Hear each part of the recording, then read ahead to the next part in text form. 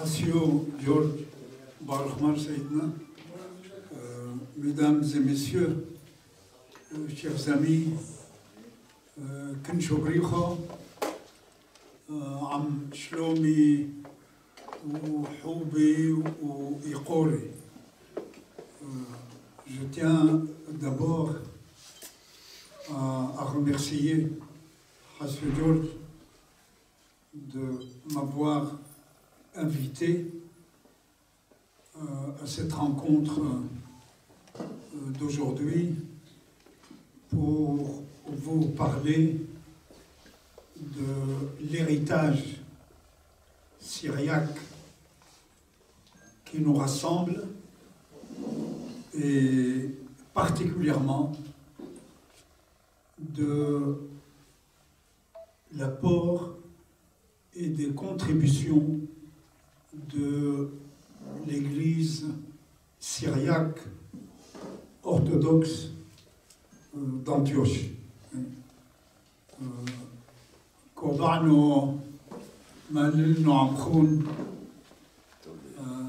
علو تشعيتو سوريتو وديلونويف علو تشعيتو دعيتو سوريتو orthodoxeito d'Antioche. J'espère que vous me comprenez, je m'excuse pour mon syriaque. C'est bien. Qad Moïd,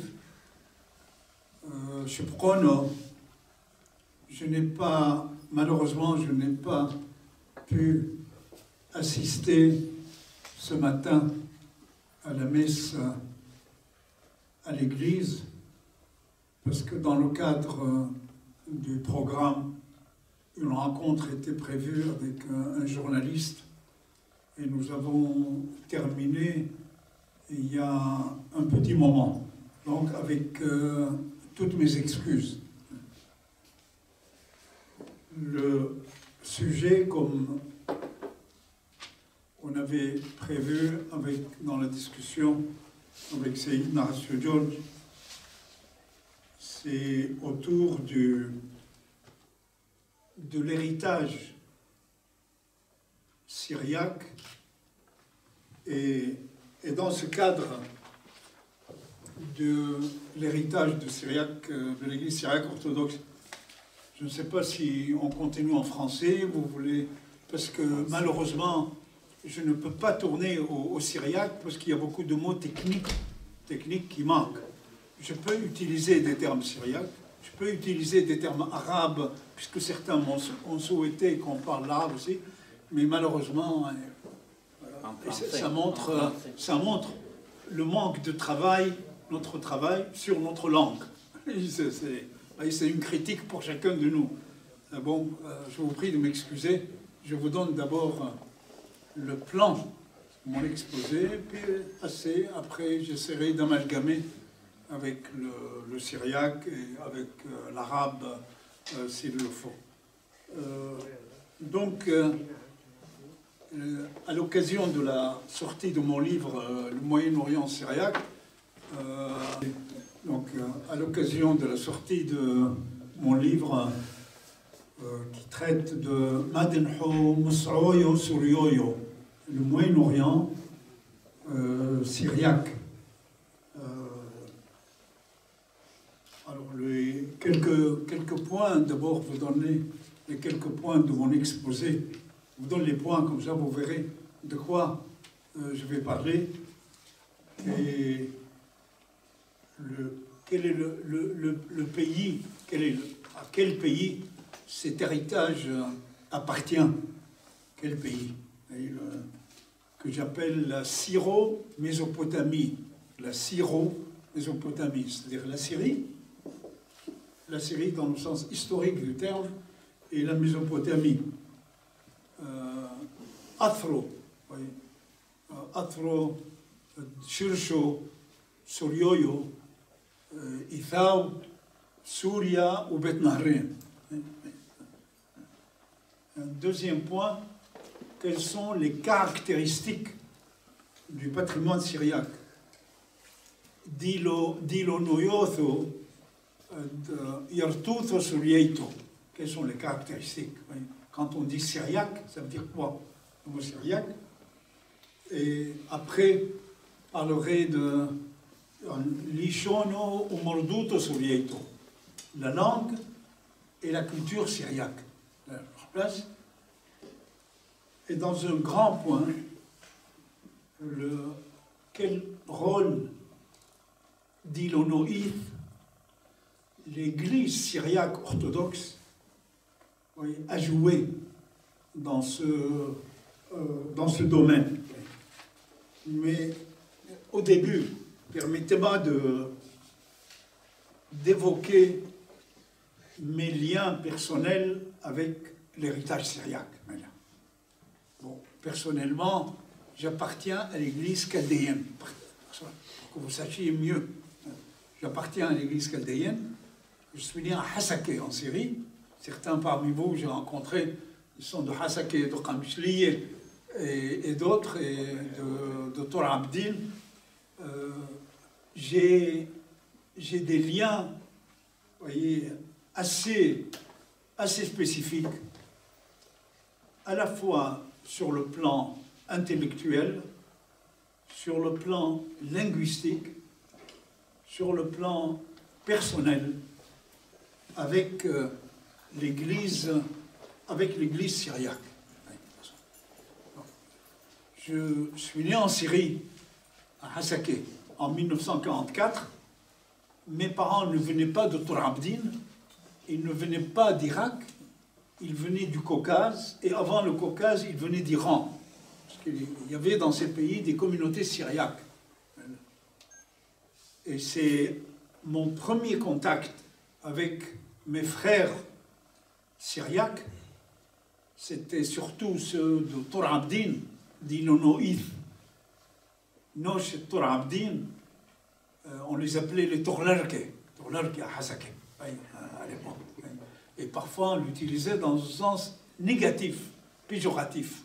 Parce qu'il y avait ceux de Mardin, il y avait ceux de Diyarbakir, il y avait ceux de Urhe, et il disait, moi je savais pas, j'étais petit, je ne savais pas ce que ça voulait dire Torlarke. Après, j'ai découvert que le Torlarke est un terme syriaque littéraire. Torlarke. Arke, c'est ici. Et donc ça a été le premier contact. À Shara' Firdosa, Hasakeh, où le premier contact s'est fait. Donc les premiers Syriaques que j'ai rencontrés, c'était à l'église chaldéenne avec Abouna Rostin Kharmouch, je vous le salue, de la famille, on se retrouve tout à l'heure. Abouna Rostin Kharmouch, c'est sur une petite colline comme ça, à Hasakeh, et il y avait l'église syriaque, il y avait Sayyidna Mor Koryakos, qui était l'évêque à l'époque de l'église syriaque de l'Euphrate et de la Djizireh. Et son rôle était très important dans la ville. Et quand ma mère avait besoin de quelque chose, comme je l'ai dit à Hassan George au téléphone l'autre jour, elle allait le voir tellement il était influent. Oui, Koryakos. Et voilà, sur les premiers contacts. Après, j'ai des contacts avec ceux du Khabour, le village de Khabour, qui venaient. C'est-à-dire j'ai vécu mon enfance à Hasakeh dans une école qui était celle de la rue où j'ai découvert toute la communauté syriaque. Et pour moi, personnellement, même si je suis né d'une famille chaldéenne, il faut naître d'une de ces communautés, pour moi, je n'ai aucune différence entre chaldéens, assyriens, syriaques orthodoxes et syriaques catholiques. Pour moi, je suis syriaque, dans le sens générique du terme, le terme de syriaque. Et Yacoub Sarouji et Philoxène El-Mabouji ou Michael Rabo, Bar Broyo, Ashaq Nouaye, pour moi, c'est la même chose. Sur le plan culturel, c'est le même héritage. il y a 2 jours, j'ai fait une conférence à l'Université libre de Bruxelles, et il y a quelqu'un qui avait mon livre, il m'a dit, vous avez cité Philoxène de ma bouche, et il a sorti la phrase que je cite de lui. Il m'a dit, regardez cette phrase comme elle est belle. Donc, aucune distinction entre ces églises. L'héritage est le même. Oui, le socle, oui, aqlo. Vous voyez, il est, sur le plan culturel, il est le même. Ensuite, mon lien est sore lishonoye, des relations linguistiques avec l'héritage syriaque. Mes premiers maîtres en langue syriaque, c'est les Abraham Nouro. C'est Abraham Nouro que j'ai rencontré au Liban, qui venait de Urhan, d'Édesse, qui a vécu à Alep. C'était un grand nom. Qui est venu au Liban, je l'ai rencontré au Liban, et c'est mon premier maître en langue. Après, j'ai développé ça dans ses livres, dans Suloko, et d'autres livres, et Tawuldotho, sur les syllogismes, les néologismes dans la langue, les livres d'Abdelmessih Karabachi. C'est pour vous dire que ce lien, il est très fort. Et le rôle de Qamishli, je vous regarde, le rôle de Qamishli dans la renaissance culturelle syriaque a été très important. Yohannon Kashisho aussi, que j'ai rencontré à Suède, j'ai été invité par la communauté syriaque, la première fois en Suède, c'était en 1986, où j'ai participé au documentaire sur l'Exode qui a été fait. Et également, sur le plan intellectuel, j'ai eu un échange épistolaire, j'ai des rencontres avec Mor Moran Zakariouas. Beaucoup, on a échangé quand il est venu en France, à Fermeil, où il a inauguré l'église syriaque. J'étais présent, vous voyez, à l'église. Hassio Tchichak, je l'ai très bien connu, en Hollande, et je le remercie, tout le travail de publication de l'héritage syriaque. Mor Hassio George Saliba au Liban, on est des frères depuis très longtemps, et en toute modestie, et il le rappelle chaque fois que je le rencontre avec mon épouse, chaque fois que je le rencontre au Liban, il dit, Malfon Joseph, c'est lui qui a publié les premiers textes de Mor Afrem Borsoum, quand il est venu à Paris, à la conférence de la paix. C'est moi qui ai trouvé les textes dans les archives britanniques. Et je les ai publiés, et il était paru dans la revue Hoyodo en Suède. Et Boulous Banam également. Boulous Banam, c'est un grand nom de l'héritage syriaque. J'ai connu également Shaq Saka, qui était le vicaire du patriarche Zakariouas. J'ai assisté à sa messe à Chicago en 1986, où il faisait une messe pour les Indiens, pour le Syro-Malankar. Et ça, c'était un moment qui était très fort.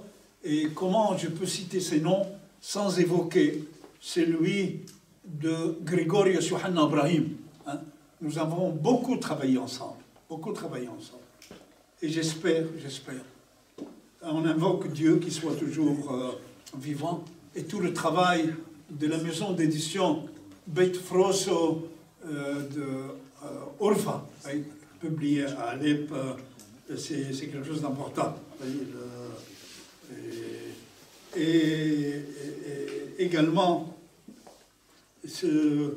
d'autres noms, vous voyez, que je citerai tout à l'heure, et dans mes différents ouvrages, vous voyez, dans le dernier, à la fin, il y a une page qui s'appelle Hommage, où il y a tous les grands patriarches de l'église syriaque, dont Mor Afrem Borsoum, qui sont cités. Et dans mon livre Une diversité menacée, j'ai commencé par une phrase de Zakariouas sur l'histoire. Et j'ai terminé le livre par une phrase de Mor Afrin Borso. Voilà, c'est tout ça pour vous dire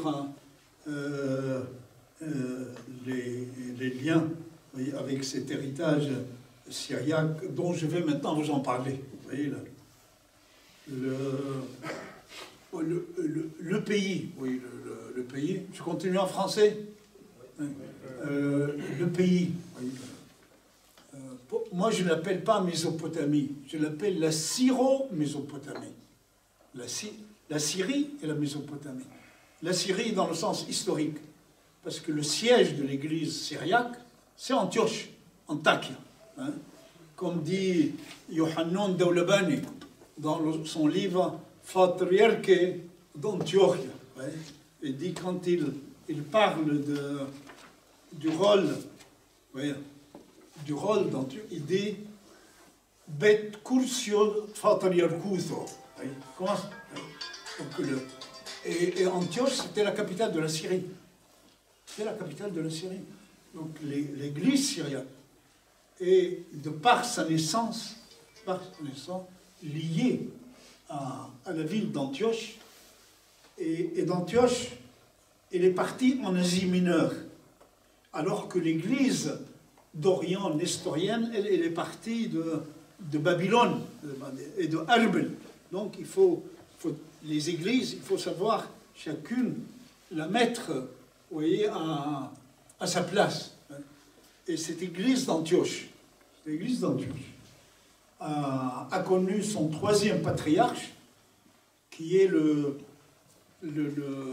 la référence majeure de l'église syriaque, c'est Mor Ornatios Nourono. Ornatios, je relisais ces jours-ci ces lettres. Il a fait 7 lettres, Shawa et Galiaf. Et une, elle s'adresse aux Romains. Et les patriarches syriaques, quand ils sont nommés patriarches, ils endossent le nom de Ornatios. Donc le siège d'Antioche est très important. Et ce siège d'Antioche, oui, c'est de là qu'est née l'église syriaque. Oui, de là qu'est née l'église syriaque. Et pendant les 6 premiers siècles, oui, l'église syriaque était en Antioche. Oui, elle était en Antioche. Parce qu'il n'y avait pas encore de division dans l'église. Mais à partir du 6e siècle, vous savez, avec le concile de Chalcédoine, surtout, le concile de Chalcédoine, et le conflit qui naît avec Byzance, hein, qui imposait sa théologie et qui imposait sa liturgie, oui, un conflit est né. Et à partir du 6e siècle, hein, avec Mor Severius d'Antioche, devient plus clair la ligne syriaque. Devient plus clair. Et Mor Severius d'Antioche a beaucoup souffert. Il a été déporté en Égypte, longtemps, et l'Empire byzantin, comme je l'ai dit il y a 2 jours, a maltraité, si ce n'est, il a persécuté. Là, je lui consacre un chapitre en livre. Il a persécuté les Syriens. Vous voyez, ça c'est des données propres à l'église syriaque. Si vous prenez l'église de Mésopotamie, c'est-à-dire l'église d'Orient, elle n'a pas connu cette histoire. Son patriarche ici, patriarco Babel, madame. Vous voyez, c'est dommage parfois d'amalgamer. On dit syriaque, oui, mais syriaque, il faut entrer dans les détails. Qu'est-ce que ça veut dire syriaque? Dans syriaque, il y a plusieurs églises, il y a plusieurs trajectoires, il y a plusieurs géographies, il y a plusieurs liturgies, il y a plusieurs organisations, et il faut quand même que... il ne faut pas les mélanger. Je lisais récemment, je relisais les lettres de Omar Ornatios Nouron. il dit dans une lettre, quand on l'a emmené à Rome sous Trajanos, le patriarche, l'empereur romain Trajan, et quand il l'a exécuté dans des conditions horribles, il envoie une lettre. Il dit « N'oubliez pas l'église de Syrie ». Il dit dans le lettre « N'oubliez pas l'église de Syrie parce que j'étais le chef de cette église ». Donc voilà, quelques éléments historiques, quelques éléments qui permettent de fonder Chutoso, de l'église syriaque. D'autres éléments qui caractérisent l'église syriaque, c'est qu'elle est orientale, Madenheto, et elle est universelle, Tiwileto. Et elle est Madenheto. C'est une église propre à l'Orient. Prenez les So'orono du Shlihe, les actes des apôtres. Les actes des apôtres.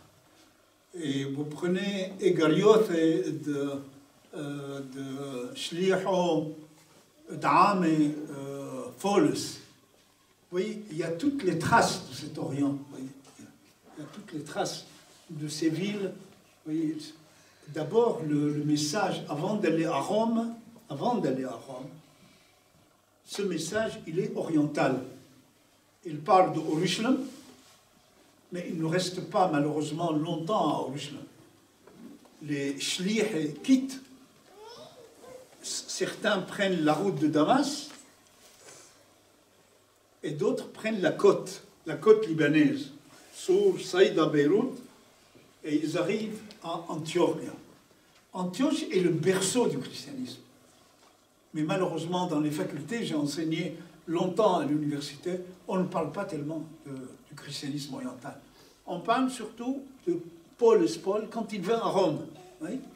On oublie Ignace d'Antioche, on oublie Lourqa.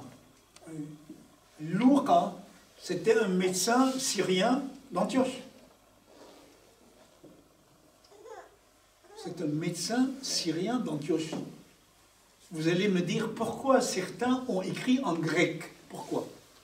La question qui se pose. Pourquoi certains ont écrit en grec? Parce qu'en Antioche, il y avait deux langues. Il y avait le syriaque, l'araméen, et il y avait le grec. Vous allez me dire, mais pourquoi il y a le grec? Parce que les Grecs dominaient la région. Et la ville était partagée entre les deux langues. Mais l'intérieur du pays, tout le pays parlait syriaque. Alors, dans les villes, vu la culture grecque qui était dominante, beaucoup écrivaient en syriaque. Alors, on comprend que Ignatios d'Antioche a écrit en syriaque et que Severius d'Antioche a écrit en syriaque. Mais comme dit Mormoran, l'ancien patriarche, le regretté Zacharias, il a écrit beaucoup de textes sur ça. Il dit, à partir du VIe siècle, tout change. Oui. Tout change. L'église syriaque transfère son siège. Il va à Der Mor Barsoum, à côté de Malatya, jusqu'au XIIe siècle. Et c'est à partir de ce moment-là, et là, Yohannan Daoulabani, il l'explique très bien dans son livre, c'est-à-dire là, c'est l'église syriaque qui devient l'église. Mais cet héritage d'avant, si des évêques de l'église syriaque portent le nom de Severius, Polycarpus, Grégorios, c'est en fidélité à ces 6 premiers siècles, voyez, où l'église a donné beaucoup de saints. Polycarpe, on dit en français Polycarpe, mais c'est parce que tout cet héritage était très marqué par la langue syrienne. Donc, Zacharias dit, à partir du VIe siècle, ça a été un tournant. Et Yacoub Klitoy aussi, dans une célèbre conférence qu'il a donnée ici en Europe, à l'époque, il dit qu'à partir de ce moment-là, il y a quelque chose qui se produit, parce que Byzance a voulu imposer le grec comme langue, Il a voulu imposer sa conception de la christologie au concile de Chalcédoine, hein, et il a taxé l'Église syriaque d'être monophysite. Il l'a taxé, terme que l'Église syriaque rejette. Donc jusqu'au VIe, et à partir du VIe siècle, les choses changent, et il faut dire que la femme de l'empereur Justinianus, Théodora, selon la tradition syriaque, c'est une syriaque, la femme. Mais ici, dans les livres, on ne le dit pas, ici en Occident. Boulous Benham a écrit une pièce de théâtre qui s'appelle Théodora. Il montre comment cette femme, qui était syrienne, dont le père aurait été même prêtre, alors que dans les livres ici, on la présente comme danseuse. C'était une danseuse. Théodora, la femme de Justinianus, qui lui persécutait les chrétiens, elle rencontre Yacoub el-Baradei, et c'est à partir de ce moment, vous voyez, il y a quelque chose qui a changé.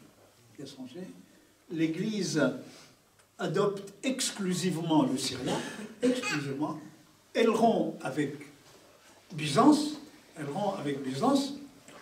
et depuis, vous voyez, depuis une lignée de patriarches naissent, si je ne me trompe pas, je parle sous le contrôle de Hassan George, on est au 124e patriarche aujourd'hui. Voilà. Vous voyez, et vous voyez, donc c'est une église très liée à l'Orient, et elle est en même temps une église universelle. Aito Tibileto. Son message s'adresse à tous les peuples. C'est-à-dire, cette église n'est pas seulement fermée sur elle-même. Nous, on est syriens, comme l'église latine est ouverte, l'église syriaque aussi est ouverte au monde. Elle a toujours connu, l'église syriaque, a toujours connu des adeptes dans le monde entier. Et aujourd'hui même, avec Moran, Patriarco, Ignatius, Fram Traiano, Karim, il a ordonné des prêtres en Amérique latine, des pays. Au Guatemala, j'ai eu l'occasion d'aller en Argentine, avec mon épouse Claire. J'ai été en Argentine, j'ai été invité par l'église syriaque orthodoxe à La Plata, par l'évêque qui est originaire de Hasake. Il m'avait invité, comme ici maintenant, à donner une conférence. Moi, je ne parle pas l'espagnol. Il y avait une femme argentine, amie de l'église, qui me traduisait en espagnol. Et puis à un moment donné, j'ai vu plusieurs personnes dans la salle. Ils disaient, on parle l'arabe. Je dis, vous parlez l'arabe? Je dis, vous venez d'où? De Homs, de Hama. Du coup, je mélangeais l'arabe aussi avec. Et à cette occasion, j'ai découvert comment il y a des Argentins qui sont syriaques. Et en Amérique latine, ils sont en Amérique centrale surtout, au Guatemala, etc., où le patriarche a été. Et donc c'est une église qui est, je ne vous apprends rien en disant ça, c'est une église qui est universelle en même temps. Et son héritage, son héritage, il est à l'évidence, il est religieux, il a beaucoup donné en matière de religion, mais il est en même temps séculier, almonoio, séculier. Vous savez, il y a des occidentaux disant, vous savez, ces gens-là, ils ne pensent qu'à la religion. C'est vrai, ils pensent à la religion, mais ils n'ont pas que la religion dans l'héritage. Si vous lisez Michael Rabo, le patriarche Michael Rabo, il fait une histoire universelle au XIIe siècle. Au XIIe siècle, une histoire universelle. Alors, comment pouvait-il être que religieux en écrivant un livre? Barabroyo. Bara Broyo, il a écrit dans tous les domaines du savoir, dans tous les domaines du savoir, dans tous les domaines. Prenez Severius Sobort, qui était mathématicien, qui était astronome, qui était philosophe, etc. etc. Donc, l'école de Nosib, et l'école de Qartamine, et d'autres écoles, l'enseignement touchait à toutes les matières. Et ça se passait quand? Ça se passait entre le IVe siècle et le IXe siècle. Or, si on compare avec les universités occidentales sont nées au XIIIe siècle. À Nosib, j'ai même le statut de l'école de Nosib. Je peux vous en lire tout à l'heure des extraits. Le statut de l'école. Qu'est-ce qu'on enseignait comme matière? On enseignait la philosophie. On enseignait Aristote. On a enseigné Aristote il y a 1500 ans dans ces écoles. Parce qu'Aristote avait été traduit en syriaque. Or, aujourd'hui, on nous dit que le syriaque est une langue pauvre. Mais comment voulez-vous que cette langue soit pauvre alors qu'elle a traduit Aristote, qui a une pensée très logique, il y a 1500 ans? C'est que la langue syriaque, inutile de le dire, était une langue très riche. Ils ont traduit. Donc son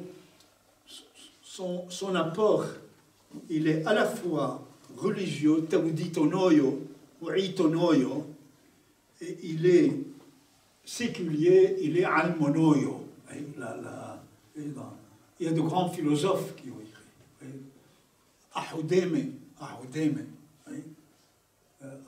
a écrit sur l'homme comme microcosme. Je relisais hier encore des textes de lui. C'est de la philosophie pure. C'est de la philosophie, alors qu'il est à une époque il y a plus de 1000 ans. Et à ce propos, je voudrais citer le livre d'un auteur syriaque, dont j'ai évoqué le nom tout à l'heure, Sayyidna Ishaq Zaka. Ishaq Zaka a écrit un livre en 7 volumes. Et son livre s'intitule Suryoyutho, Haymonutho, Umdina Yutho. Il a écrit en arabe As-Syrian, Imanon wa Hadara. Les Syriaques, une foi et une civilisation. Il ne dit pas qu'ils sont seulement imans. J'ai eu le privilège de le rencontrer. J'ai assisté à une de ses messes à Chicago, comme je l'ai dit tout à l'heure, pour la communauté syro-malankare d'Inde. Et j'ai vu quelle fierté, ces Indiens tirés de cet héritage syrien. Après, il y a eu une rencontre après la messe. Moi, je n'ai pas dit que j'étais chaldéen, ça ne m'intéressait pas d'en parler. J'étais là, j'étais syriaque, c'est tout. Et j'ai fait la connaissance de Sayyidna Ishaq Zaka et les Indiens. Ils m'ont dit, Are you Syriac? Je dis, Indeed, yes, of course, I am Syriac. Il me dit, We are indebted for you because you brought to our country Thomas, Apostle Thomas. Nous, on vous doit une dette. Il me dit, on vous doit une dette parce que vous nous avez apporté l'apôtre Thomas. Et Ishaq Zaka, on a discuté, on est resté en lien.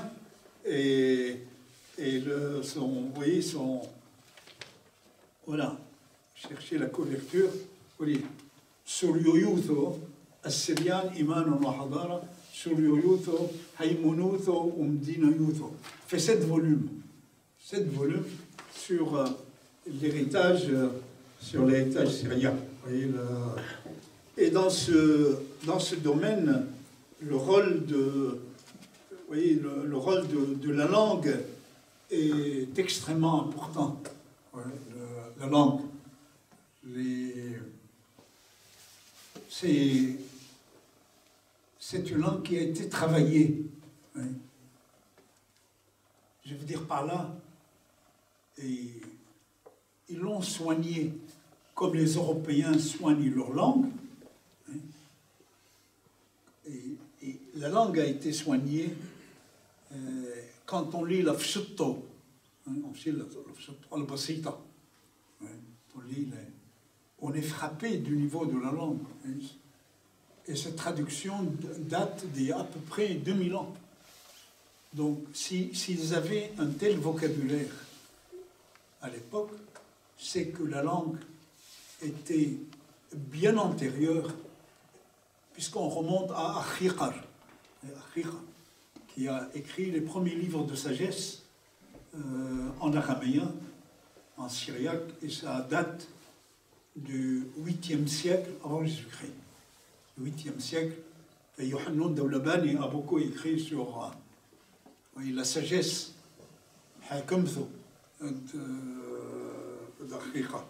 donc c'est une langue qui est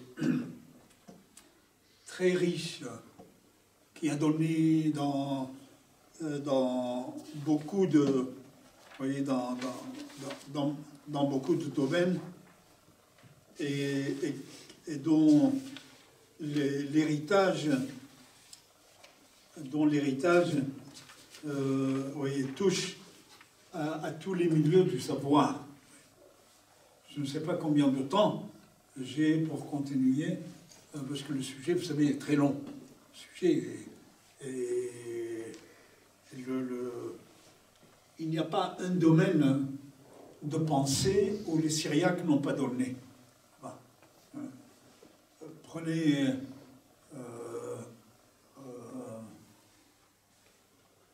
une ville comme Ras Al-Ain aujourd'hui en Syrie. Sergius Rishaino. C'est une sommité de la pensée mondiale. Et il a écrit quand? Il a écrit un siècle avant l'islam, au 6e siècle, dans une ville qui aujourd'hui est une ville martyre en Syrie. Puisque les combats des Turcs dans cette région ont démoli une partie de la ville. Il a traduit la pensée grecque déjà, bien avant les Abbassides, bien avant l'époque des Abbassides. Oui, il a traduit. Il a écrit sur tous les domaines. Oui, j'essaie de développer chacun des domaines dans lesquels les Syriaques, ont donné. Et cet apport, vous voyez, il touche à tous les domaines. Oui. Les Syriaques sont traducteurs, transmetteurs et créateurs. Ça, on peut en parler des heures.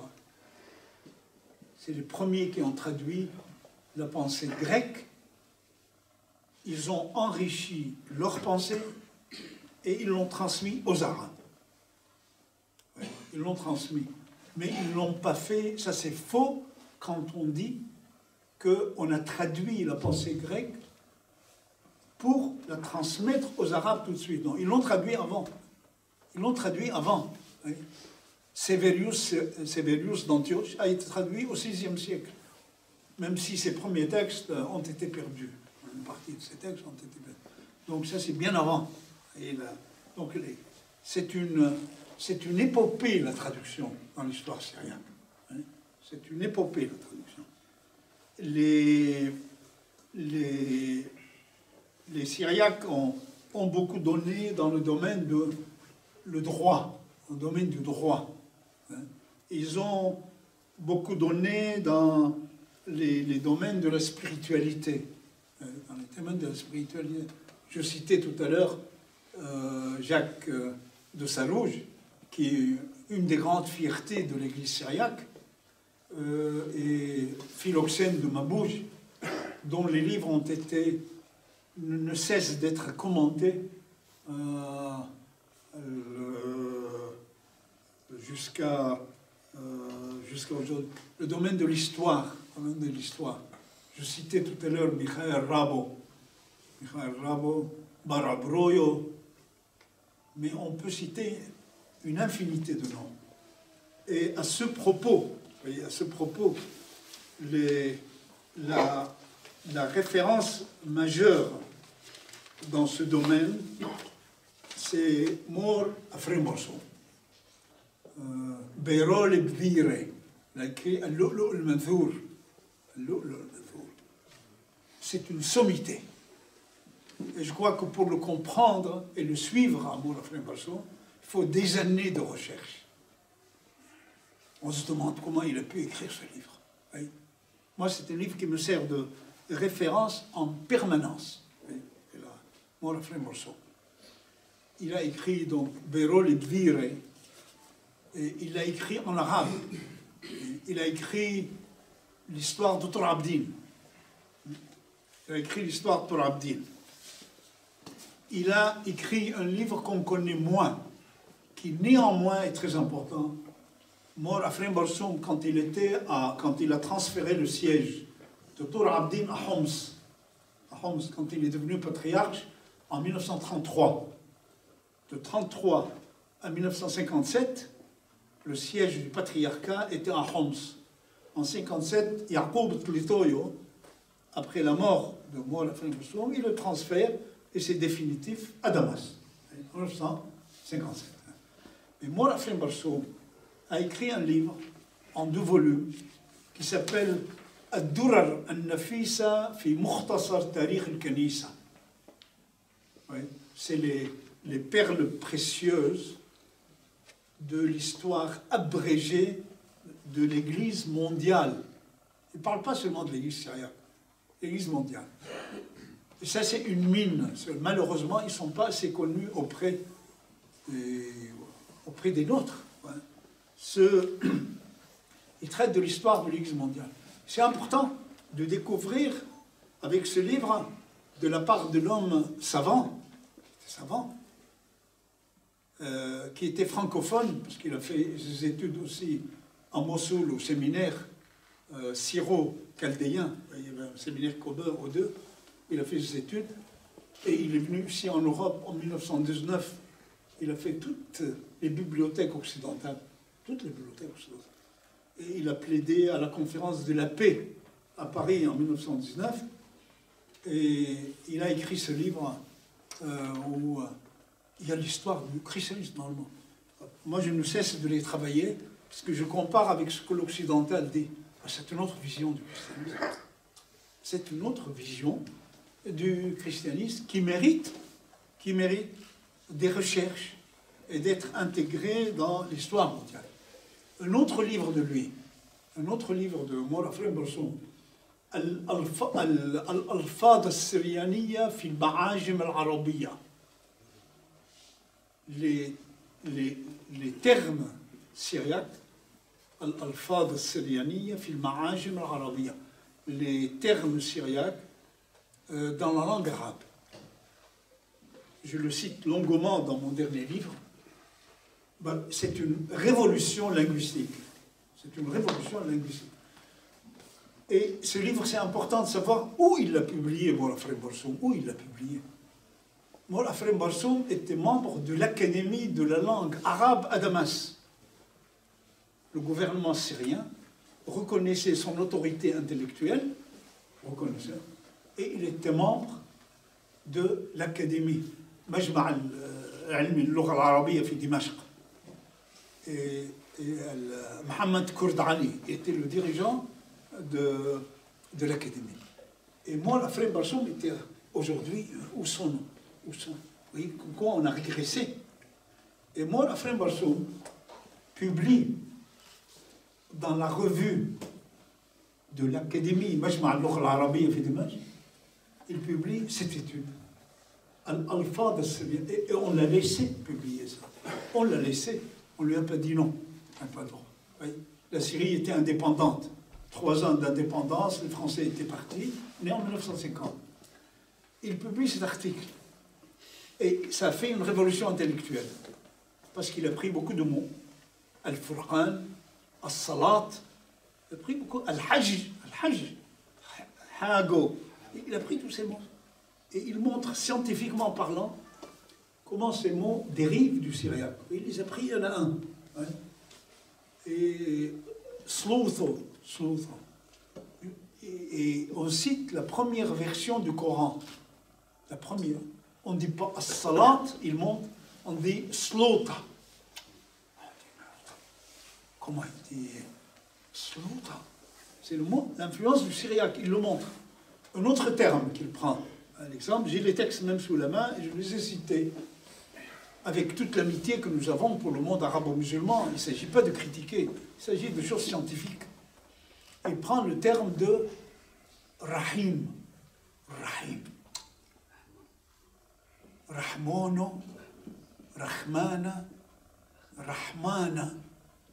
Et il prend la première phrase du Coran, Bismillah ar-Rahman ar-Rahim.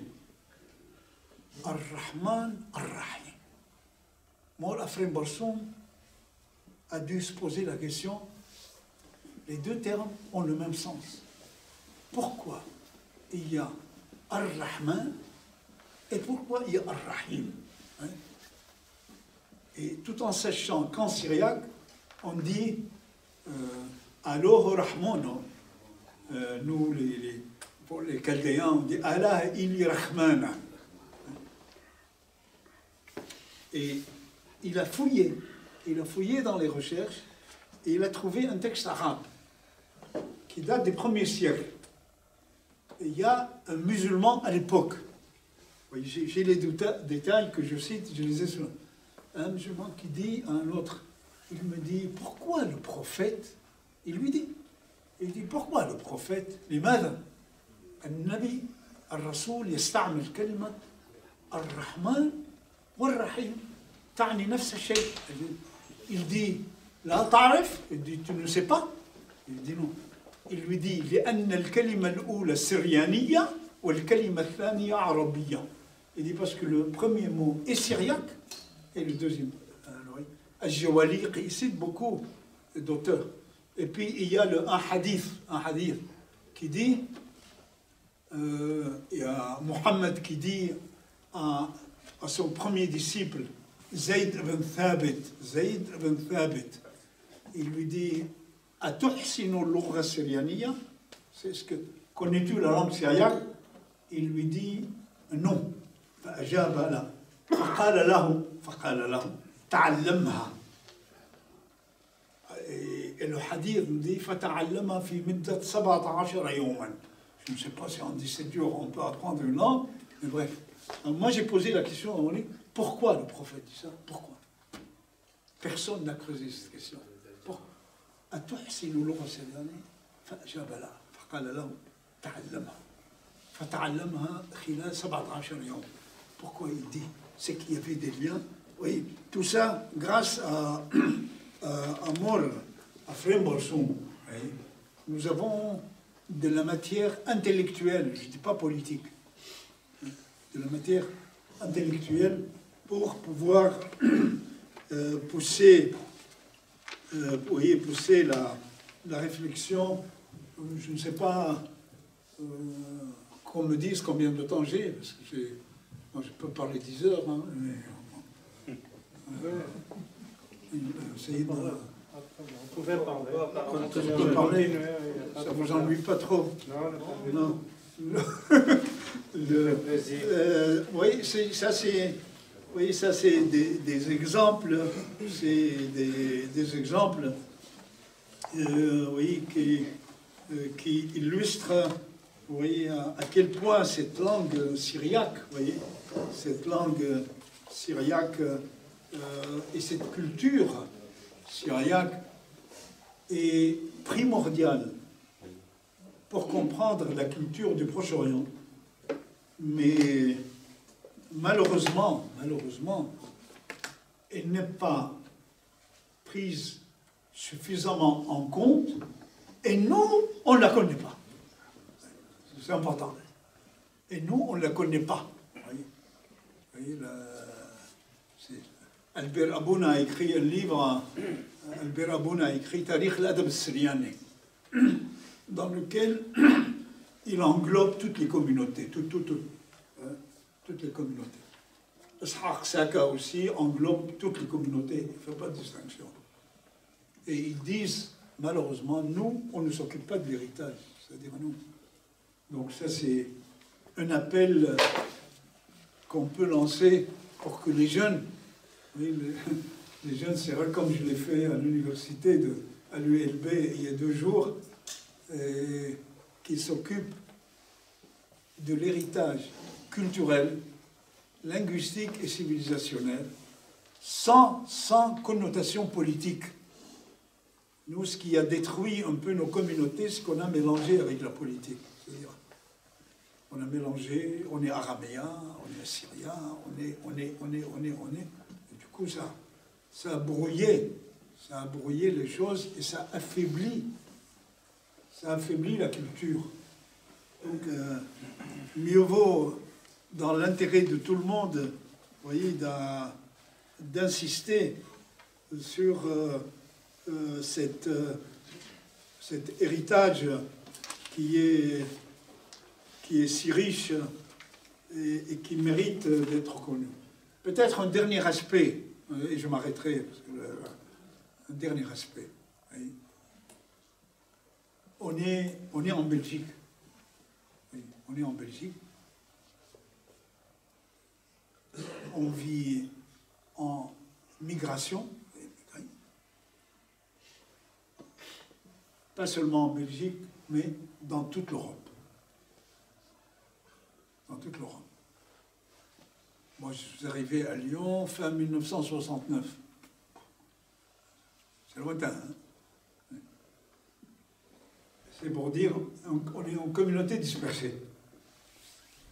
Donc, l'Europe nous a accueillis. Et aujourd'hui, le mouvement de renouveau, il se fait ici. Ça, la conférence, ça, on ne peut pas la faire au Moyen-Orient, impossible. On ne peut pas la faire. Tout de suite, ils vont dire politique. Qu'est-ce que vous voulez? Qu'est-ce que vous voulez? Donc, merci à l'Europe de nous avoir accueillis. Mais ce que je veux dire, c'est que les liens avec l'Europe ne datent pas d'aujourd'hui. Et l'intérêt porté par l'Europe au Syriaque remonte assez loin, assez loin.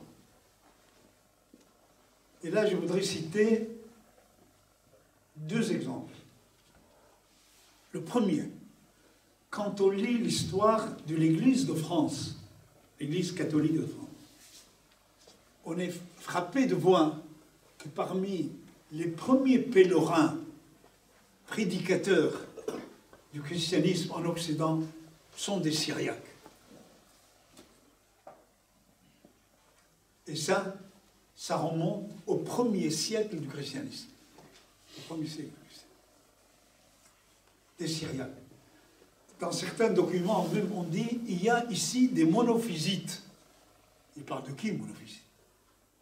Il parle du Syriaque, de l'église syriaque. Ils disent il y a ici des nestoriens. Il parle de qui? Il parle de l'église nestorienne. Et ça, c'est les premiers siècles. Mais l'autre moment important, c'est le XVIe siècle. Qu'est-ce qui s'est passé au XVIe siècle? Et ça, c'est en lien étroit avec la Belgique. Qu'est-ce qui s'est passé au XVIe siècle? Au XVIe siècle, l'imprimerie est née ici en Occident. Vous savez, avec Gutenberg, l'imprimerie voit le jour ici. On commence à imprimer la Bible, on commence à l'imprimer en livre, parce qu'avant c'était des manuscrits qui circulaient sous forme de manuscrits et qui limitaient la diffusion parce que c'était des manuscrits dans les moines. Avec la naissance de l'imprimerie, ça a permis d'imprimer la Bible et de la diffuser. La nouvelle arrive au Tour Abdin. La nouvelle arrive au Tour Abdin. La nouvelle arrive aux oreilles du patriarche de l'église syriaque orthodoxe à Tour Abdin. Et le patriarche, en 1550, 1550, envoie un deiroyo, un moine, qui s'appelle Mouche. Retenez son nom, s'il vous plaît. Retenez son nom. Il l'envoie ici. Il vient ici, sur ces terres où nous sommes, ici maintenant. Il envoie, il le charge de trouver des lithographes, des graveurs en langue, en syriaque, pour imprimer la pshuto en syriaque, ici, en livre. Oui. Et il lui demande de prendre contact avec l'Église ici. Alors, il arrive ici. Il arrive à Vienne. L'empereur d'Autriche, l'empereur, subventionne, subside, il donne des subsides pour imprimer le livre.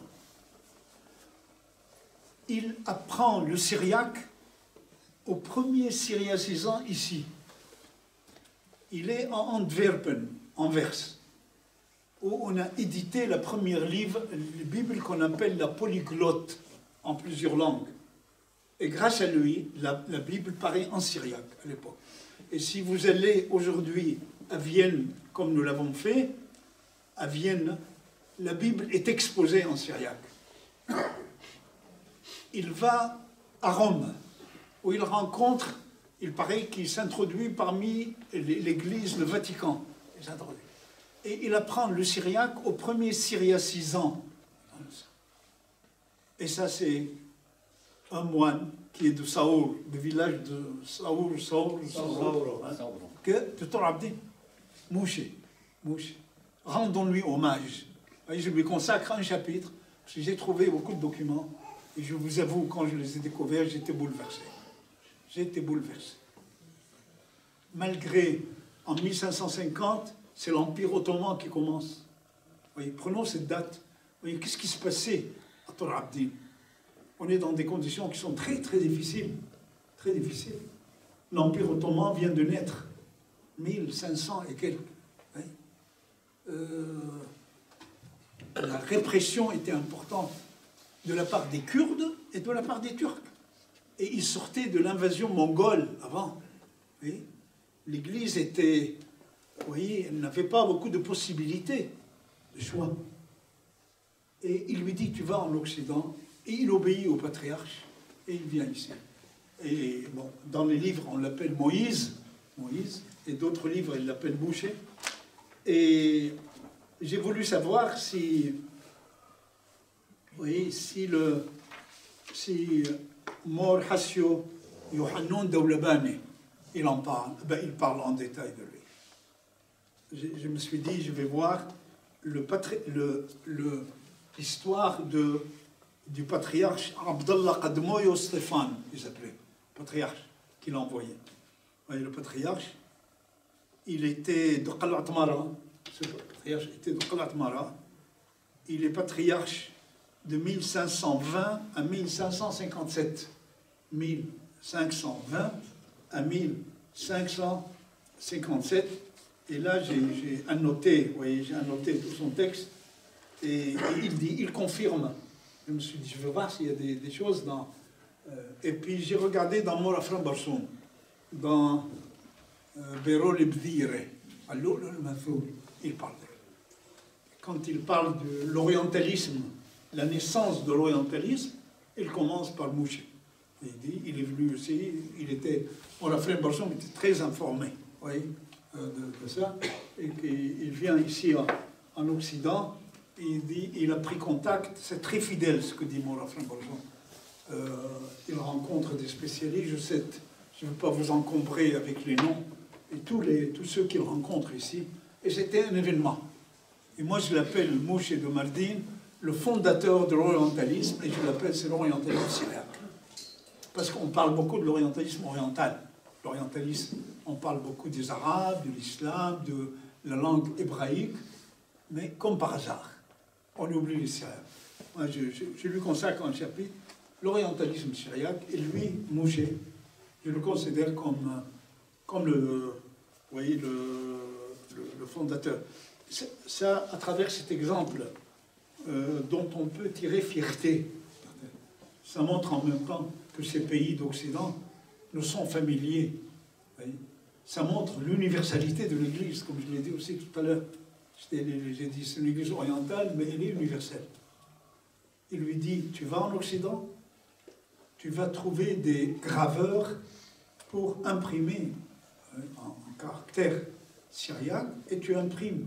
C'est qu'on nous imprime la Bible pour qu'on puisse le pseudo, la distribuer. Et en même temps, tu prends contact avec les églises, avec les écrivains.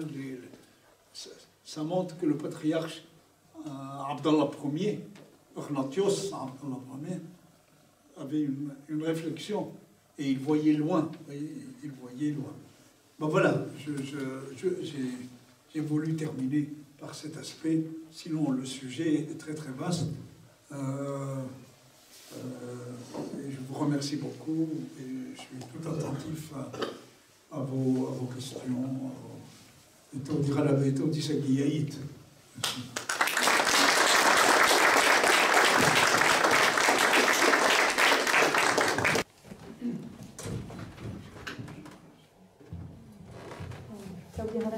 Merci beaucoup d'être venu, d'avoir participé, de nous avoir présenté aujourd'hui. Nous voulons également remercier Saïdna d'être venu. Vous aussi, Jean de la paroisse, d'avoir participé, d'avoir entendu surtout ce que nous a dit notre cher ami Yacoub Georges. Merci beaucoup. Joseph Georges, pardon. La question à 1 million. Alors, ça, je crois que... Merci pour votre question. Elle a deux dimensions. C'est une question à l'évidence importante, mais c'est une question en même temps qui est sensible et délicate. Mais je vais traiter, je ne vais pas esquiver l'autre aspect. C'est vrai que, je reprends volontiers vos termes, on traverse une crise d'identité. Une crise identitaire. En syriaque, le mot identité est très beau. Hiyayutho. C'est-à-dire être soi-même. Vous voyez, Haout haunana, soit intelligent, soit, vous voyez, haunana. Hiyayutho, c'est l'identité. Et qu'est-ce qu'il y a de plus cher chez l'être humain que son identité, à la fois personnelle et collective, hein? Et là, vous posez la question de l'identité collective. C'est une question qui est importante. Parce que, bon, je répète ce que je viens de dire, mais je vais aller plus loin. C'est un problème qui se pose aujourd'hui. Je reprends les termes assyrien, chaldéen, araméen, syriaque. Je vis dedans depuis 50 ans. Oui, depuis 50 ans. Et en vous écoutant tout à l'heure, je me suis transposé dans l'histoire. Il y a 50 ans, j'ai entendu la même question. Et avant 50 ans avant les 50 ans, on a entendu la même question. Donc c'est une question historique. Elle ne date pas d'aujourd'hui. C'est une question historique. Donc il y a 50 ans, la question était posée, et 50 ans avant, elle était posée, et je ne veux pas aller trop loin dans l'histoire, et 50 ans, et 100 ans avant, elle était posée. Donc elle n'est pas nouvelle. Elle n'est pas. Donc il y a un problème sérieux, c'est qu'il y a un problème sérieux, un problème profond autour du nom. Autour du nom. Personnellement, je n'ai pas de solution. Moi, je n'ai pas de solution. Je vais vous dire pourquoi. Il y a plusieurs termes qui circulent. Vous avez dit syrien, c'est proche de syriaque, proche de syrien, et c'est vrai, ça peut créer la confusion. Et cette confusion peut aller jusqu'au point, on lit parfois dans des documents en syriaque, ils mettent syrien, y compris le nôtre. Ils mettent l'église syrienne, etc., ou même des occidentaux, ils mettent syrien. Donc, ça rajoute à la confusion. Ça rajoute. J'ai travaillé sur le génocide de 1915-18 et une partie des documents, ils disent le génocide syrien. Et quand j'ai publié mon livre sur le génocide, la question s'est posée pour moi. Qu'est-ce que tu mets comme terme? Je traitais de toutes nos communautés. Et je me suis dit, si je mets assyrien, oh là là, ça va poser des problèmes. Si je mets assyro-chaldéen et mes frères syriaques, etc., du coup, j'ai pris un terme pas possible, assyro-chaldéo-syriaque. Il faut le faire, ça. Il faut le faire. Et mon éditeur, heureusement que je le connaissais, il m'a dit, mais Joseph, c'est quoi ce titre? Il m'a dit, c'est quoi ce titre? Alors, je lui ai expliqué de quoi il s'agit. Et plusieurs radios me disaient, Monsieur Yacoub, assyro-chaldéo-syriaque, mais c'est quoi ce peuple? Ce livre a été traduit en anglais. Ils ont acheté les droits d'auteur à l'éditeur. C'est paru chez Hearst Publisher à Londres et ça a été diffusé aux États-Unis par Oxford University Press. L'éditeur, sans me demander mon avis, a mis Year of the Sword, The Assyrian Christian Genocide. Il ne m'a pas demandé mon avis. L'éditeur est souverain, il peut décider du titre. Il est souverain. Et les Anglais, le mot assyrien, du coup, ils l'ont mis sans mon choix. On ne m'a pas demandé mon avis. Ils ont mis Year of the Sword, Shat Saifo, là, ils l'ont mis.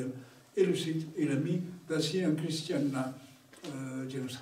Donc, ça illustre bien ce problème du nom et la difficulté dans laquelle on se trouve. Alors, moi, je me permets de vous dire ma proposition.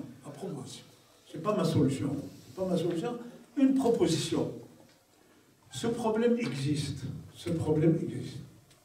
Respectons toutes les églises qui sont là-dedans, première chose. Ne touchons pas au nom des églises, on n'a pas le droit. Certains l'ont fait dans le passé. L'église syriaque, c'est l'église syriaque. L'église chaldéenne, c'est l'église chaldéenne.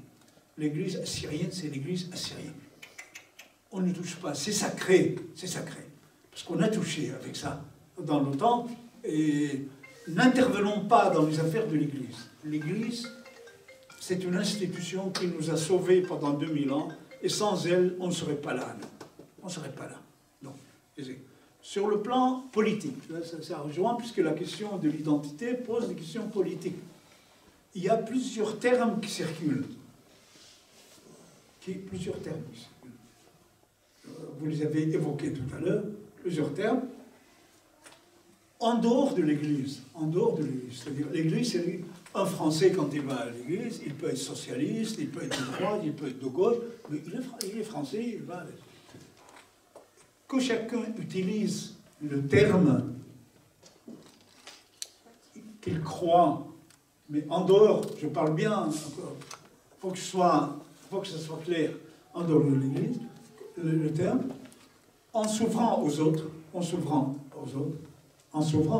et en ne pas condamnant les autres, en s'ouvrant aux autres, en ne pas, et laisser ça à l'histoire se régler. Je ne sais pas s'il sera réglé. Moi, je vous dis franchement, je ne sais pas si... Mais que voulez-vous, ça fait partie de notre tragédie. La question du nom. Merci d'avoir répondu, d'avoir participé et surtout d'être venu. Merci, Mme. Le Conseil de l'Église également vous remercie de votre présence, d'être venu ici. Même chose de sa sainteté. Et je pense que nous en avons fini pour aujourd'hui. Merci. Sa sainteté vous a...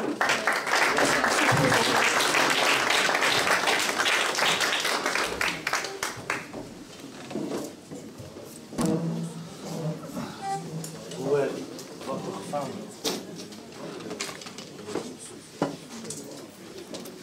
Un cadeau religieux à votre maison.